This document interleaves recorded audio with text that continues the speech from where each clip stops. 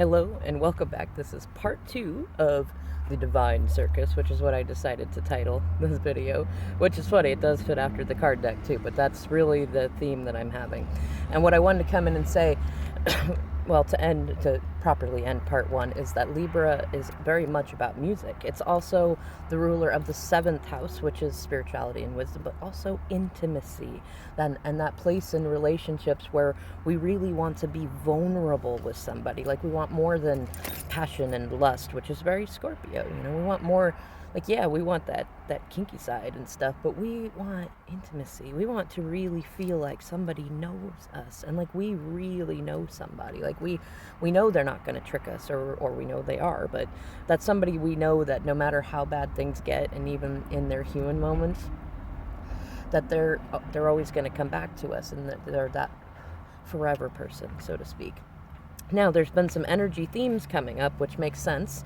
And astrologically, we have Saturn and Jupiter that have just gone direct. I talked about that a little bit earlier. They're both still in a Capricorn, and they will go into Aquarius fairly soon. Saturn before Jupiter. And that will change things up too, but I'll do another video on that.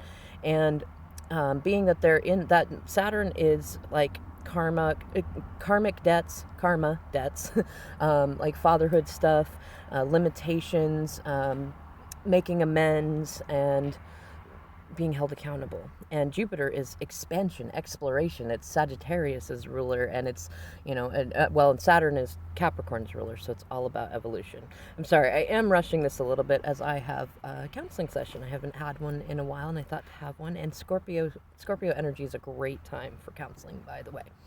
And anyways, so Jupiter is expansion and exploration and awakenings. And the irony is we have Uranus retrograde in Taurus right now up until January 14th. And that also is it's an awakening. And, that's what that planet does, especially in retrograde, and especially in Taurus. It very much has to do with relationships. And Taurus is the other sign ruled by Libra. So while we have the sun in Libra, and we're going to have a new moon in Libra, which will be the justice gate, is what I'm calling it. I can't remember the exact date of it. I'll do a different video, but you can just look up when the new moon in Libra is. So the new moon in Libra with the sun in Libra will be Libra's gate. We also had the 1010 portal just open up, which so some of the energy themes are like, if you imagine a bathtub that's been clogged and full of dirty, nasty water, and suddenly it's like spirits coming in and pulling all the hair and all the yuck out of it, forcing it through, and now we've got this whirlwind going through. But another energy theme is kind of stickiness, like either the word sticky, or reminds me of my DM when we took for our oldest son's 13th birthday. Our youngest son made a sticky mess with some gum, and my DM had to help him with it, and his hands were very covered in this pink gum, and it just sticky, right? There's also vacillation and shifting, like kind of this back and forth energy as the timelines shift, as our DNA changes and things start to evolve and shift, and we start to kind of grasp things, and then we get pulled back a little bit into the depth and darkness of Scorpio, and then we get brought forward into it, because a lot of people misunderstand Scorpio energy. It is about the dark, it is about depth, but it's so that we can be pulled back like an arrow and flung into the light. I like to relate it to Dumbledore and Voldemort for me are very good examples of Scorpios, and how we use power, how we use intellect, how we use passion and lust and people around us and emotions and things like that. So that's a very big theme going on too. Now I'm going to do individual signs in a little bit, but for right now, just recognize that, there's a lot of karma going on. So if you've not been doing your shadow work, Scorpio, Mercury retrograde in Scorpio plus Pluto, I forgot to mention that, is just coming out of retrograde in Capricorn also. So we've still got, the grand trine, so to speak. That's not quite an appropriate term for it, but we've got a trilogy of Titans that are in Capricorn, and they're all lining up direct. And because of that Pluto energy, we have this strange dichotomy of what is real feels like an illusion, and what is an illusion feels real. And that's actually what we've been coming out of.